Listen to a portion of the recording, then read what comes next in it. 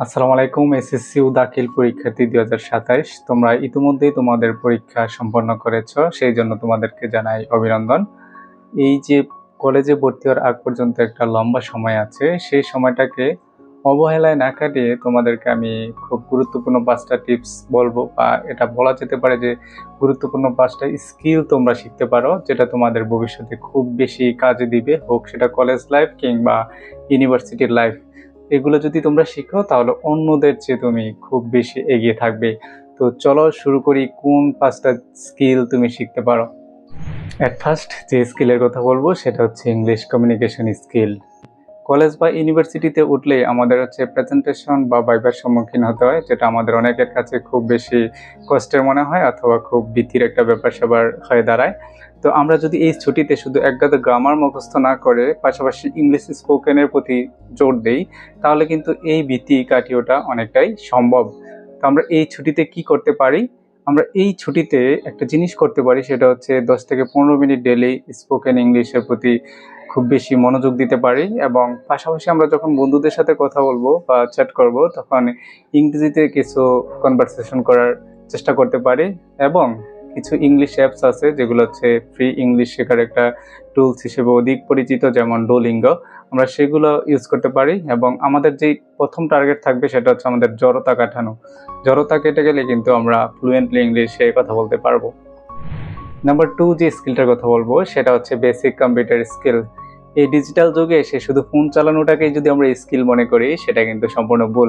পাশাপাশি আমাদের কম্পিউটারের বেসিক জিনিসগুলো জানতে হবে, যেমন মাইক্রোসফট ওয়ার্ড, মাইক্রোসফট অফিস, দেন হচ্ছে পাওয়ার পয়েন্ট, ইমেল কিভাবে পাঠাই। এই জিনিসগুলো যদি আমরা আগে থেকে মোটামুটি জেনে রাখি তাহলে কিন্তু আমরা অন্যদের চেয়ে এক ধাপ এগিয়ে থাকবো।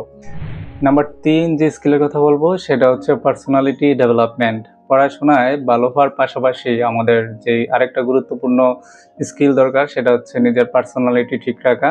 অন্যের সাথে কিভাবে আই কন্ট্যাক্ট করে কথা বলা এবং সবার সামনে দাঁড়িয়ে কিভাবে কথা বলা যায়, লিডারশিপ কোয়ালিটি, এই জিনিসগুলো কিন্তু আমাদের খুব বেশি প্রয়োজন। আরেকটা জিনিস প্রয়োজন সেটা হচ্ছে সব সময় মাথা ঠান্ডা রাখা বা ধৈর্য ধরার একটা ক্যাপাবিলিটি নিজের মধ্যে তৈরি করতে হবে। ৪ নম্বরে যে স্কিলের কথা বলবো সেটা হচ্ছে রিডিং হ্যাবিট তৈরি করা। শুধু যে পাঠ্য বই পড়া সেটা না, পাঠ্য বইয়ের বাইরে কিন্তু বিশাল একটা জগৎ আছে। সেই জগৎকে আমরা জানতে হবে। সেটা জানার জন্য আমাদের কিছু বই পড়তে হবে, যেমন সেলফ হেল্প অথবা মোটিভেশনাল কিছু বই।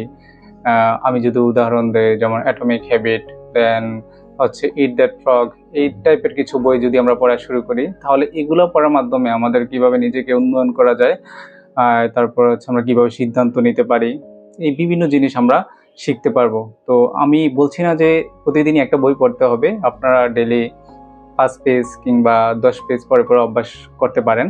এবং 5 নম্বরে লাস্ট যে স্কিলটার কথা বলবো সেটা আমাদের জন্য খুবই কঠিন ছেড়ে দেওয়া, সেটা হচ্ছে স্ক্রিন টাইম ম্যানেজমেন্ট। আমরা এই স্ক্রিন টাইম এত বেশি বাড়িয়ে দিয়েছি অনলাইনে, সেটা হচ্ছে আমাদের মনোযোগ বা ফোকাসকে খুব বেশি নষ্ট করছে। যেমন উদাহরণ দেই, রিলস, যেটা আমাদের জন্য খুবই ক্ষতিকর। আমরা শুধু 1 মিনিট 2 মিনিটের ভিডিও ছাড়া লম্বা কোনো ভিডিও দেখতে পারি না। তো আলটিমেটলি হচ্ছে কি করে, আমাদের ফোকাস নষ্ট করে।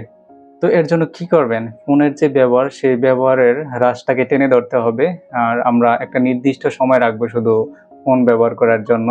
এই সময়টাতে আমরা ফিজিক্যাল অ্যাক্টিভিটিতে সময় দিতে পারি। একটা কথা মনে রাখবেন, গ্যাজেটের দাস না হয়ে গ্যাজেটকে আপনি কিভাবে ইউজফুলি ব্যবহার করতে পারবেন সেটা চিন্তা ভাবনা করবেন।